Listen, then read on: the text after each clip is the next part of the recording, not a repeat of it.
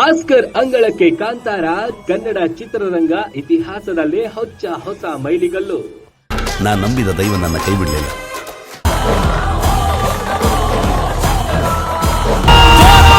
ಭಾರತದಿಂದ 5 ಸಿನಿಮಾಗಳು ಆಯ್ಕೆ, ಕನ್ನಡದಿಂದಲೇ 2 ಸಿನಿಮಾ ಅನ್ನೋದು ಡಬಲ್ ಖುಷಿ.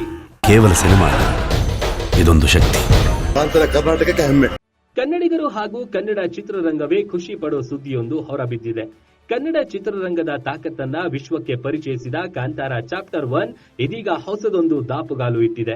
ಡಿವೈನ್ ಸ್ಟಾರ್ ರಿಷಬ್ ಶೆಟ್ಟಿ ನಟನೆಯ ಕಾಂತಾರ ಚಾಪ್ಟರ್ 1 ಸಿನಿಮಾ ಈಗ ಆಸ್ಕರ್ ರೇಸ್ ನಲ್ಲಿ ಸ್ಥಾನ ಪಡೆದಿದೆ.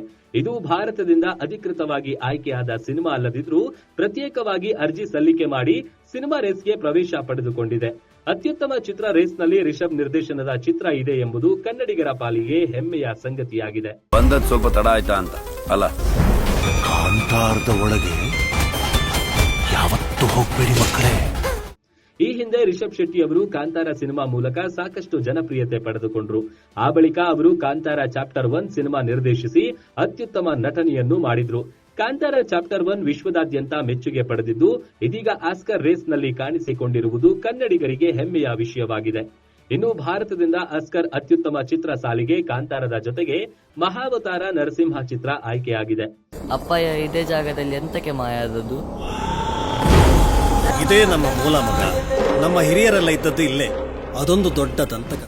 ಪಕ್ಕಾ 1000 crores ಪಕ್ಕಾ. ಕಾಂತಾರ ಕರ್ನಾಟಕಕ್ಕೆ ಹೆಮ್ಮೆ. ಇನ್ನು ಕಾಂತಾರ ಚಾಪ್ಟರ್ 1 ಚಿತ್ರವನ್ನ ನಿರ್ಮಾಣ ಮಾಡಿದ ಹೊಂಬಾಳೆ ಫಿಲ್ಮ್ ಸಂಸ್ಥೆಯೇ ಮಹಾವತಾರ ನರಸಿಂಹ ಚಿತ್ರವನ್ನು ನಿರ್ಮಾಣ ಮಾಡಿದೆ.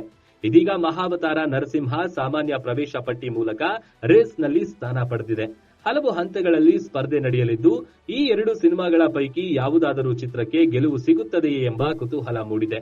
ಸದ್ಯ ಈವರೆಗೆ ಭಾರತದಲ್ಲಿ ನಿರ್ಮಾಣವಾದ ಯಾವುದೇ ಚಿತ್ರಕ್ಕೆ ಆಸ್ಕರ್ ಸಿಕ್ಕಿಲ್ಲ. ಈ ಮೊದಲು RRR ಚಿತ್ರದ ನಾಟು ನಾಟು ಹಾಡು ಆಸ್ಕರ್ ಗೆದ್ದು ದಾಖಲೆ ಬರೆದಿತ್ತು. ಪ್ರತ್ಯೇಕವಾಗಿ ಅರ್ಜಿ ಸಲ್ಲಿಕೆ ಮಾಡಿ ರೇಸ್ನಲ್ಲಿ ಈ ಹಾಡು ಸ್ಥಾನ ಪಡೆದುಕೊಂಡಿತ್ತು. ಇದೀಗ ಕಾಂತಾರ ಚಾಪ್ಟರ್ 1 ಆಸ್ಕರ್ ಪ್ರಶಸ್ತಿಯನ್ನ ತನ್ನ ಮುಡಿಗೇರಿಸಿಕೊಳ್ಳಲಿ ಎಂದು ಕನ್ನಡಿಗರು ಪ್ರಾರ್ಥಿಸುತ್ತಿದ್ದಾರೆ. ನಾ ನಂಬಿದ ದೈವ ನನ್ನ ಕೈ ಬಿಡಲಿಲ್ಲ. ಎಂಟರ್ಟೈನ್ಮೆಂಟ್ ಬ್ಯೂರೋ, ಜನಶಕ್ತಿ ನ್ಯೂಸ್, ಬೆಂಗಳೂರು.